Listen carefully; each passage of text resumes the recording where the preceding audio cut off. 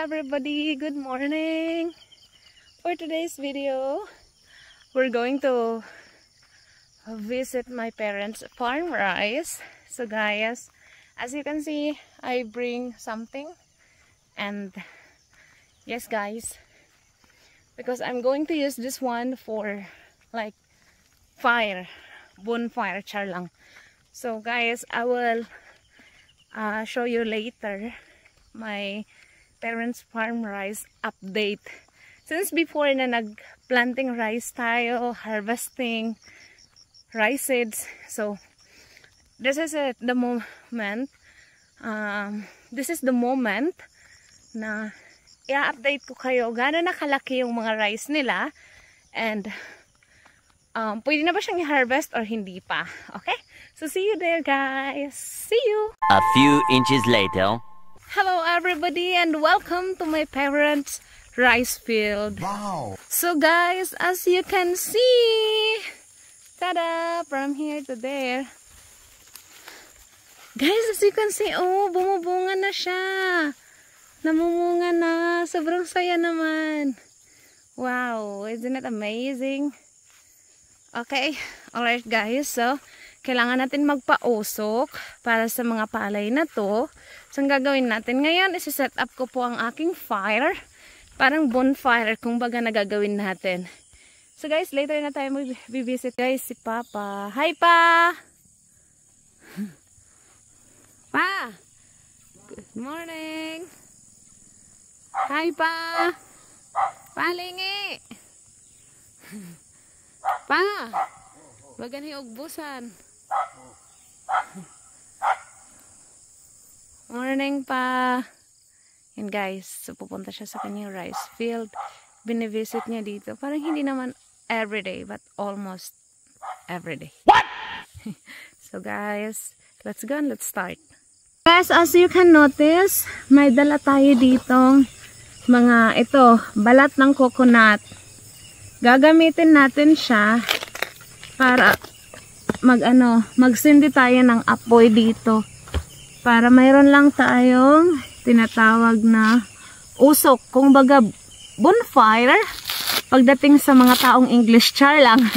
So, dito naman, ang purpose nito para kasi siya yung yung iba, purpose nila para magsiliparan yung mga maliliit na insect. Ganon. Then, yung iba naman, hello guys, prayerfully yung parang magsindi to kasi medyo kasi ngayon cloudy tapos rainy day. Yung mga parang fogs lang kasi early in the morning pa. Ayan na, may usok na tayo. So guys, as I promised, papakita ko sa inyo yung mga bunga na ng rice. Oh my gosh. And prayerfully siya dito. Ayan, nagsindi na siya. Oh my gosh. I think okay na yan. Ouch! Ay, sorry po. Ayan. Isa pa. Hindi siya talagang gumagana ng masyado kasi umuulan. Ano yung maliliit na ulan? A few inches later. May rainbow dito sa rice field namin. So ayun na guys, yung update natin pala sa pausok-usok ko dito. Marami pa tayong ilalagay. Wow! As in, ang ganda.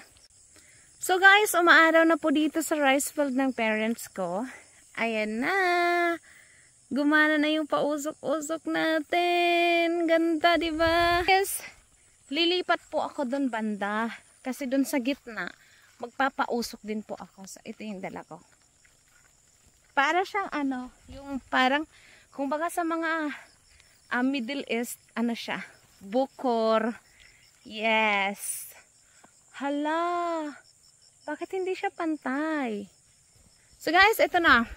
In 3, 2, 1, ipakita ko na sa inyo ang update ng aming rice field na may bunga na. Tada! Ito po yung bunga niya after 3 months. For almost 3 months na paghihintay, guys. Ayan na, may bunga na po siya. Then, I don't know kung kay anong months po siya i-harvest. But, I'm sure, pag hinarvest na po siya, is yung mga hinog na po siya na ganyan na. Yung yellowish na siya. Pero as of now, hindi pa po siya pwedeng i-harvest kasi maliliit pa po siya. So guys, yan na yung update natin. Nung last time na nag-rice seeds, tayo dito, harvest. Tapos, nagtanim tayo. So, yan na po yung bunga ngayon. At ganyan na po kalalaki ang ating mga palay. So guys, I'm so happy and grateful na pumunga siya at maayos yung pagkatubo niya. Kasi nga po, sobrang challenging din po magpatubo, lalo na ngayong summer. Tingnan nyo, oh, yung iba ganyan siya, tapos sobrang napakalaki ng biyak-biyak ng lupa. Kasi nga, ay napakainit dito, tapos sobrang, wala talaga siyang source ng water masyado. Kasi, siya, summer ngayon, guys.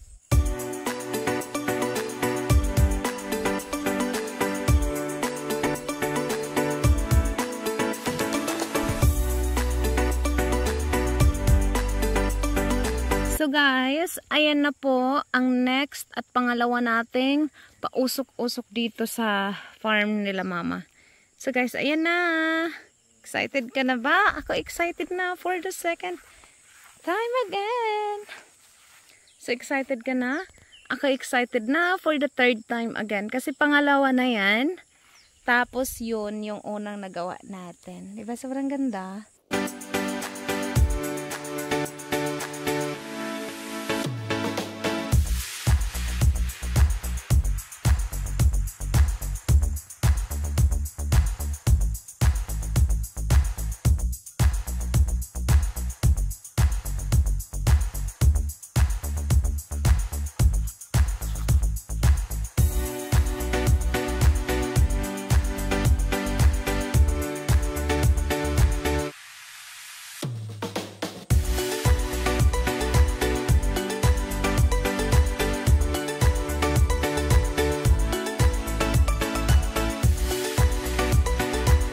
Guys, update. So, ayan, umuusok na po.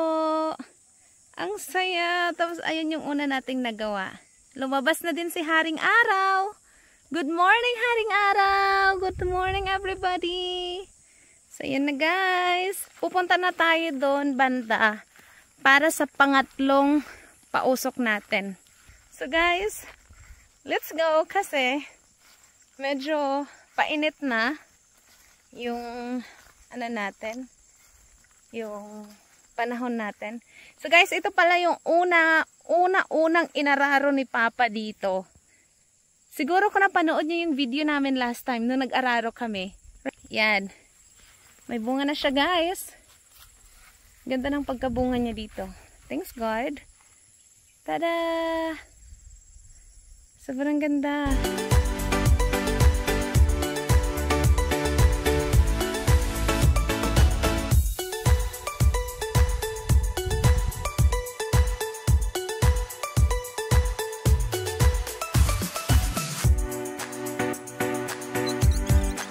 Go back to my parents' farmhouse kasi nga po tapos na tayong magpausok. Kaya guys, thank you so much for watching and see you again on my next video. See you! Yan yung pausok natin. Okay na siya. Maaraw na. At the same time, tumataas na din si Haring Araw. Thank you so much, guys. See you. Bye!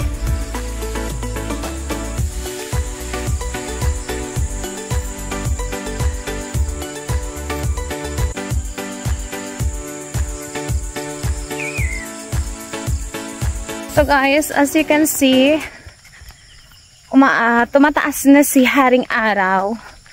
At sobrang excited na ako na umuwi kasi nga